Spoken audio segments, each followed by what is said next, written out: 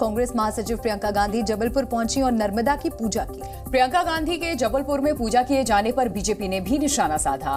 वहीं बड़ी खबर यह है कि प्रियंका गांधी वाड्रा को केंद्रीय टीम में बड़ी जिम्मेदारी भी दी जा सकती है।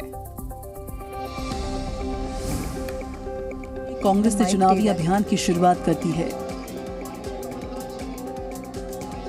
कांग्रेस महासचिव प्रियंका गांधी वाड्रा ने जबलपुर में ग्वारी घाट पहुंचकर नर्मदा की पूजा की।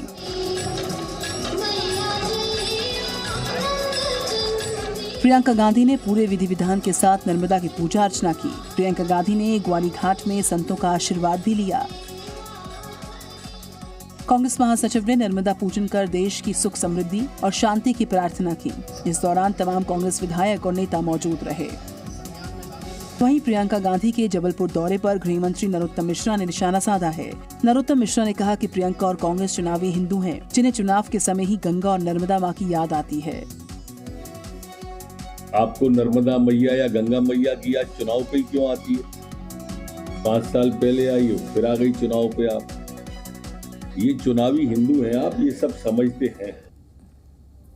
तो प्रियंका गांधी ने एमपी दौरे पर बीजेपी लगातार हमला कर रही है, जिस पर कांग्रेस नेता प्रमोद तिवारी ने पलटवार भी किया है। प्रमोद तिवारी ने कहा है कि बीजेपी में गिरावट का दौर है। हिमाचल के पहाड़ों से शुरू होकर कर्नाटक के समुद्री तट तक ये दौर जारी है। मध्य प्रदेश को लेकर चूंकि आज से कैंपेन लॉन्च किया है, प्रियंका जी वहां पे हैं, तो आपको लगता है कि जिस तरह राहुल गांधी ने कहा था कि 150 सीटें हम जीतेंगे और कर्नाटक मॉडल कहीं ना कहीं आपको मध्य प्रदेश में देखने को मिलेगा, आप लोग कितना आश्वस्त हैं इस बात को? देखिए, मैं सिर्फ इतना कह सकता हूँ कि ये भाजपा के गिरावट का दौर है। हिमाचल की पहाड़ से शुरू हुआ, कर्नाटक में समुद्र तक पहुँच चुका है। जो पूर्वोत्तर राज्य हैं वहाँ भी आप देखो 2 सीट मेघालय में बना के सरकार बनाने का दावा कर रहे हैं। तो भाजपा कहाँ तक गिरेगी ये मैं नहीं जानता, लेकिन हमारा जो लक्ष्य है और जो हमारी संभावना 100 सीटों पे सिमट जाएगी और यही हाल हर विधानसभा में सुना।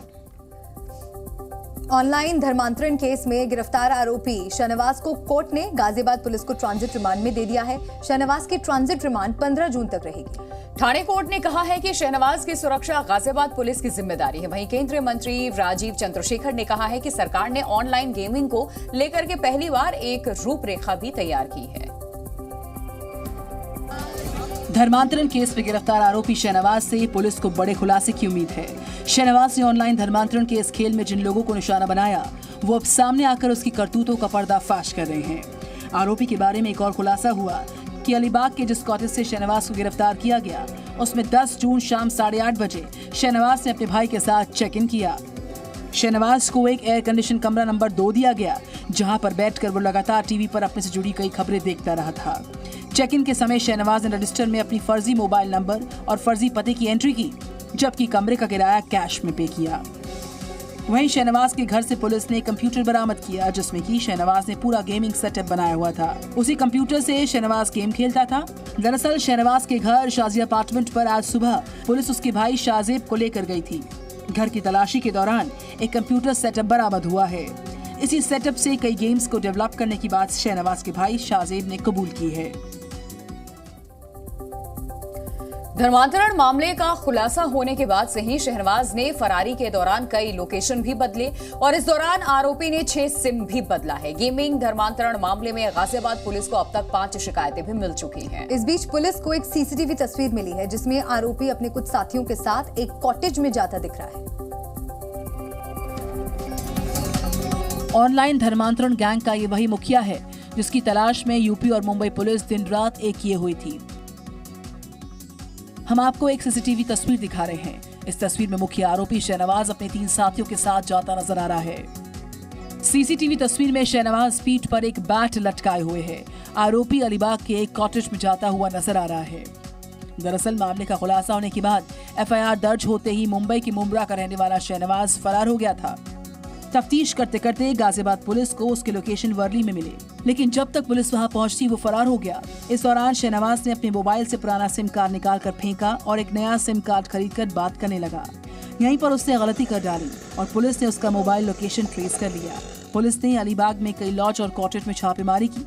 आखिरकार कामयाबी मिली और रविवार की दोपहर उसे एक कॉटेज से गिरफ्तार कर लिया गया ऑनलाइन धर्मांतरण के इस खेल में गाजियाबाद पुलिस पहले ही एक मौलवी को गिरफ्तार कर चुकी है।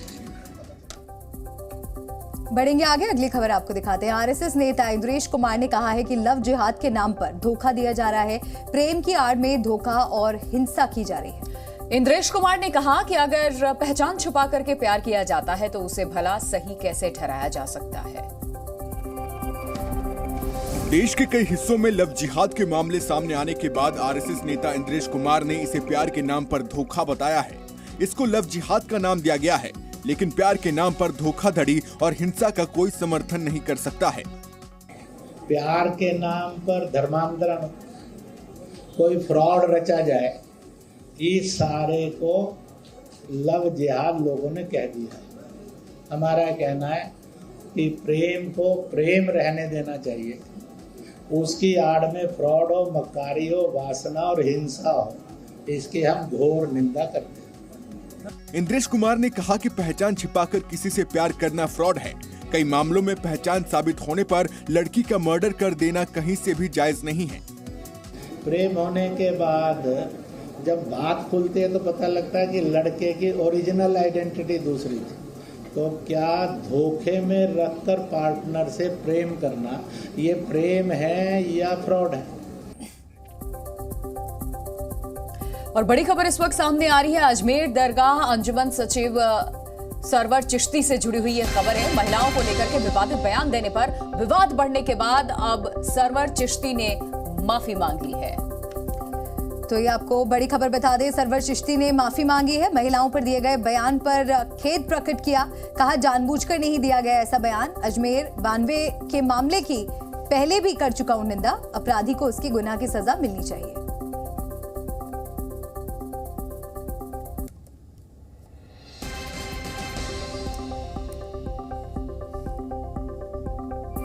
ब्लैकमेल कांड पर बनी फिल्म अजमेर 92 को लेकर विवाद जारी है। अजमेर दरगाह के खादिम सरवर चिश्ती की महिलाओं पर दिए गए विवादित बयान के बाद ये मामला सुर्खियों में है।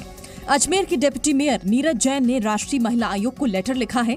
इसमें सरवर चिश्ती पर सख्त कानूनी कार्रवाई की मांग की गई है। हम आपको बताते हैं कि अजमेर दरगाह के खादिम सरवर चिश्ती ने महिलाओं पर क्या विवादित बयान दिया था। लड़की ऐसी चीज है कि बड़े से बड़े वो थे ना, क्या नाम, मीनाक्षी ने जिनके साथ किया था, क्या नाम था, जो पेड़ के नीचे बैठे था, विश्वामित्रा जैसे घटक। अच्छा, जितने बाबा लोग जो जेल में है ना, ये सिर्फ वही है जो लड़कियों के मामले में फंसे। डिप्टी मेयर नीरज जैन ने सरवर चिश्ती के बयान को महिलाओं के प्रति जाहिलाना और गंदी मानसिकता कहा था। इस प्रकार से अपराधियों को बचाने का षड्यंत्र रचा जा रहा है, ये निश्चित रूप से ये इस बात का इंगित करता है, इशारा करता है कि कहीं न कहीं इसमें जो जुड़े लोग हैं उन्होंने इस कृत्य को करने से पहले और इन कृत्य को करने के बाद किस प्रकार से बचा जाए, इसकी साजिश रची। चलिए आगे बढ़ते हैं और अगली खबर का रुख करेंगे। विपक्षी एकता पर जेडीयू के राष्ट्रीय अध्यक्ष ललन सिंह का बड़ा बयान आया है। ललन सिंह ने कहा कि नीतीश कुमार 2024 में पीएम पद के उम्मीदवार नहीं होंगे, वो सिर्फ विपक्षी दलों को इकट्ठा कर रहे हैं।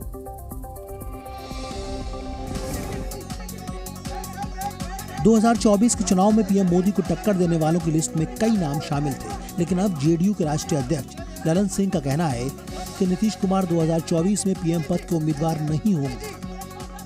नीतीश कुमार जी देश के प्रधानमंत्री के उम्मीदवार नहीं हैं। नीतीश कुमार जी प्रधानमंत्री के उम्मीदवार नहीं हैं। नीतीश कुमार जी भाजपा मुक्त देश के निर्माण के लिए आगे बढ़े हैं और विपक्षी एकता को एक करने में लगे। ललन सिंह के बयान का समर्थन करते हुए बिहार के डिप्टी सीएम तेजस्वी यादव ने भी कहा कि ना किसी को सीएम बनना है और ना किसी को पीएम। आप लोगों को तो हम बोले ना किसी को सीएम बनना है ना किसी को पीएम बनना है। एकमात्र लक्ष्य है 2024 का, मिल करके फिरका पर शक्तियों को देश से भगाना है। पहलवानों का प्रदर्शन अब 15 अप्रैल तक के लिए पहले स्थगित किया गया था और उसके बाद आपको ये बता दें कि 15 जून तक के लिए इसे आगे बढ़ा दिया गया, जब खेल मंत्री अनुराग ठाकुर से बातचीत इनकी हुई।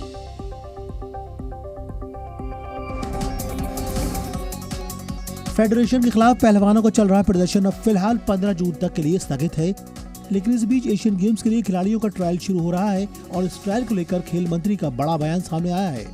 भारतीय टीम के चयन जल्द से जल्द हो, ये इंडियन ओलंपिक एसोसिएशन चाहती है। और 2 ट्रायल्स अब तक हुए हैं, 5000 से ज़्यादा खिलाड़ियों ने उसमें भाग लिया है। जब एशियन चैंपियनशिप के लिए IOA के द्वारा गठित कमेटी चयन करवाएगी, जो प्रतिभाशाली रेसलर्स हैं वो सब उसमें भाग लेंगे।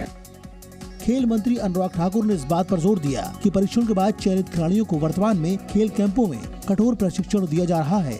यानी खेल मंत्री ने अपने इस बयान से प्रदर्शनकारी पहलवानों को एक संदेश दिया है। बीते हफ्ते प्रदर्शनकारी पहलवानों और खेल मंत्री के बीच बैठक हुई थी, जिसके बाद पहलवानों ने प्रदर्शन को 15 जून तक के लिए स्थगित कर दिया था। और चक्रवात बिपरजॉय पर पीएम की बैठक, थोड़ी देर में प्रधानमंत्री नरेंद्र मोदी बैठक करेंगे। सूत्रों के हवाले से ये बड़ी खबर इस वक्त सामने आ रही है। चक्रवात बिपरजॉय पर पीएम की समीक्षा बैठक होगी। थोड़ी देर में पीएम मोदी इस पर बैठक करने वाले हैं। सूत्रों के हवाले से ये अहम जानकारी आ रही है। गुजरात और महाराष्ट्र के तटीय इलाकों में चक्रवाती तूफान का खतरा मंडरा रहा है, जिसका नाम है बिपरजॉय। इसका असर सौराष्ट्र और कच्छ में कल से 15 जून तक रहेगा। 15 जून को सबसे अधिक खतरा भी बताया जा रहा है। ऐसे में एनडीआरएफ और एसडीआरएफ की टीमों को तैनात किया गया है। सौराष्ट्र और कच्छ तट के लिए ऑरेंज अलर्ट भी जारी किया गया है। आईएमडी की माने तो बिपरजॉय 15 जून की दोपहर तक कच्छ के तट को पार करेगा, जिसकी रफ्तार 125 से 135 किलोमीटर प्रति घंटे की पूर्वानुमान लगाई है। उधर बिपरजॉय के कारण मुंबई में भी समुद्र में ऊंची लहरें उठ रही हैं। मौसम विभाग की माने तो रत्नागिरी, रायगढ़, ठाणे, पालघर और कोल्हापुर जिलों में अलग अलग जगहों पर 30 से 40 किलोमीटर प्रति घंटे की रफ्तार से तेज हवाओं के साथ बिजली गिरने और बारिश होने की संभावना है। बिपरजॉय का असर भी गुजरात में शुरू हो गया है। नवसारी में तेज हवाएं चल रही है और समुद्र में ऊंची लहरें उठ रही है। लोगों को समुद्री इलाकों में जाने से मना किया गया है।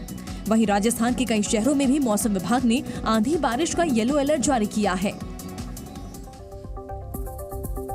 जम्मू कश्मीर के कुपवाड़ा जिले के कचवारी और बखाटपोरा गांव में एनआईए आज छापेमारी के लिए पहुंची।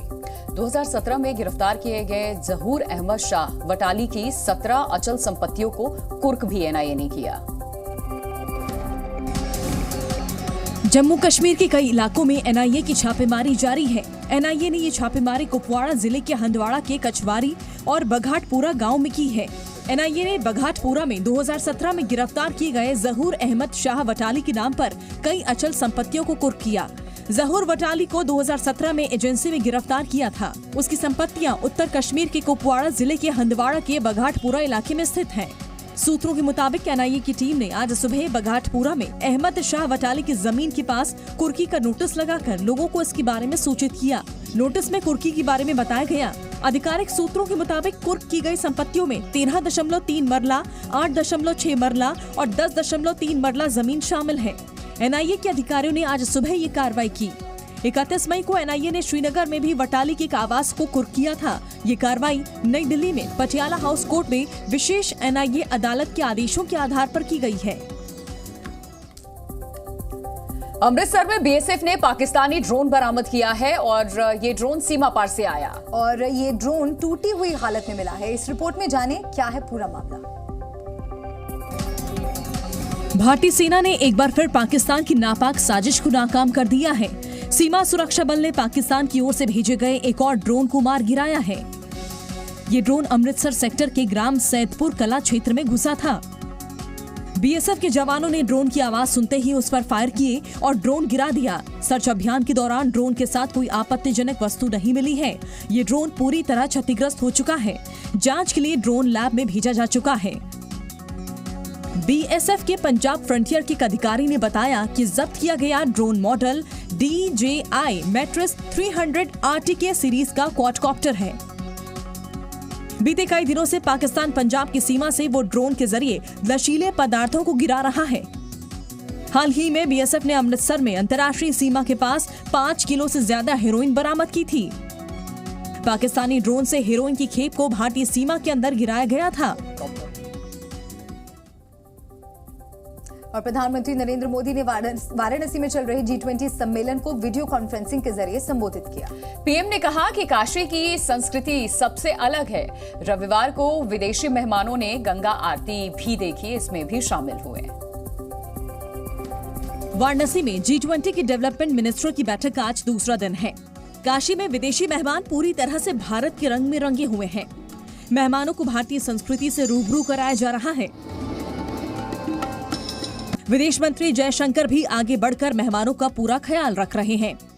आज पीएम मोदी ने अपने विशेष वीडियो संदेश प्रसारण में कहा कि काशी सदियों से ज्ञान, चर्चा, संस्कृति और आध्यात्म का केंद्र रही है। काशी इस बात की गवाही देती है कि चुनौती चाहे कितनी ही बड़ी क्यों न हो, जब सबका प्रयास होता है तो नया रास्ता भी निकलता है। पीएम मोदी ने ये भी कहा कि देश में डिजिटलीकरण ने क्रांतिकारी बदलाव लाया है। इससे पहले रविवार को मेहमानों ने काशी की सभ्यता, संस्कृति को नमन किया और उसके धार्मिक महत्व को समझा। देर शाम विश्व प्रसिद्ध गंगा आरती की भव्य और अद्भुत छटा देख मंत्रमुग्ध हो गए। वंदे भारत एक्सप्रेस की सौगात का इंतजार कर रहे बिहार झारखंड के यात्रियों को जल्द ही इसका अब तोहफा मिलने वाला है। आज पटना रांची के बीच वंदे भारत एक्सप्रेस ट्रेन का ट्रायल किया गया। पटना और रांची के बीच आज वंदे भारत एक्सप्रेस का ट्रायल रन शुरू हुआ है, जिसको देखने के लिए रेलवे स्टेशन पर पहुंचे लोगों में भारी उत्साह नजर आया। ट्रायल रन के बाद बहुत जल्द ही पटना रांची के बीच वंदे भारत ट्रेन का परिचालन शुरू होगा। वंदे भारत एक्सप्रेस आज पहली बार पटना से रांची के लिए रवाना हुई। ये ट्रेन ट्रायल रन के लिए सुबह 6:55 पर पटना जंक्शन के प्लेटफॉर्म नंबर 10 से चली, जो गया बरकाकना होते हुए दोपहर 1 बजे रांची पहुंच जाएगी। ये train semi high speed train है, देखने में बिल्कुल बुलेट ट्रेन जैसी। वंदे भारत ट्रेन महज 6 घंटे 5 मिनट में ही पटना से रांची की यात्रा तय करेगी। वंदे भारत ट्रेन बिहार और झारखंड के लोगों के लिए रेलवे की तरफ से एक बड़ी सौगात होगी, जो महज 6 घंटे में ही रांची से पटना और पटना से रांची का सफर पूरा कर सकेगी। ये ट्रेन 6 दिन पहले ही चेन्नई से पटना पहुंची थी, जहां इसे राजेंद्र नगर टर्मिनल के यार्ड में रखा गया था, जहां इसकी कमिश्निंग और एग्जामिनेशन किया गया और इस ट्रेन के ट्रायल रन से पहले स्टाफ को ट्रेनिंग भी दी गई। पीएम मोदी के अमेरिका दौरे से पहले न्यू जर्सी के एक रेस्टोरेंट ने उनके नाम से थाली लॉन्च की है। रेस्टोरेंट मालिक ने बताया कि पीएम मोदी की आगामी यात्रा को देखते हुए मोदी जी थाली लॉन्च की गई है। प्रधानमंत्री नरेंद्र मोदी 21 जून को अमेरिका जाने वाले हैं और 24 जून तक वहीं रहेंगे। इस दौरान दोनों देशों के बीच कई तरह के समझौते भी हो सकते हैं। हालांकि पीएम मोदी इससे पहले 7 बार अमेरिका का दौरा कर चुके हैं, लेकिन इस बार कुछ नया हुआ है। अमेरिकी राष्ट्रपति जो बाइडेन और फर्स्ट लेडी जिल बाइडेन के मेहमान बनाए जाने से पीएम मोदी के नाम पर न्यू जर्सी के एक रेस्टोरेंट में थाली लॉन्च की गई है, जिसका नाम मोदी जी थाली रखा गया है। ये मोदी जी थाली है, तो इसमें हमने बनाया है खिचड़ी, फिर बनाया रसगुल्ला, सरसों का साग, दम आलू कश्मीरी, इडली, मराठी, ये है कोथिंबीर वड़ी, फिर बनाया है ढोकला, छाछ, पापड़, ये सब हमने आपके लिए बनाया है और ये हमारे लोगों ने ट्राई भी किया है। भारत में पीएम मोदी के नाम पर कई रेस्टोरेंट खुल चुके हैं और थाली भी लॉन्च हो चुकी है, लेकिन ये पहला मौका है जब विदेश में उनके नाम पर किसी ने कुछ लॉन्च किया हो। ऑस्ट्रेलिया के हंटर वैली में वाइन काउंटी ड्राइव पर एक बार बस पलटने से भीषण हादसा हो गया। इस एक्सीडेंट में 10 लोगों की मौत हो गई, जबकि 11 लोग गंभीर रूप से घायल हैं। ऑस्ट्रेलिया के न्यू साउथ वेल्स में बड़ा सड़क हादसा हुआ है। कल देर रात हंटर वैली इलाके में शादी के मेहमानों को ले जा रही एक बस खाई में गिर गई। इस हादसे में 10 लोगों की मौत हो गई है, वहीं 11 लोग घायल हो गए हैं, जिनका अस्पताल में इलाज जारी है।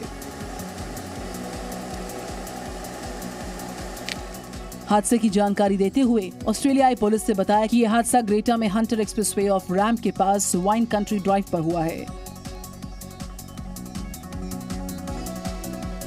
हादसे के तुरंत बाद आपातकालीन सेवाएं मुहैया करवाई गई। सिडनी मॉर्निंग हेराल्ड ने पुलिस के हवाले से बताया कि घायल हुए 11 लोगों को हेलीकॉप्टर और सड़क के रास्ते से अस्पताल पहुंचाया गया। इस हादसे में 18 यात्री सकुशल बच गए। बस हादसे के बाद मौके पर कोहराम मच गया। हादसे की सूचना पुलिस को दी गई। पुलिस ने एक बयान में कहा कि हादसा रात 11:30 बजे के बाद हुआ। फिलहाल यही माना जा रहा है कि ये हादसा कोहरे की वजह से हुआ है। जी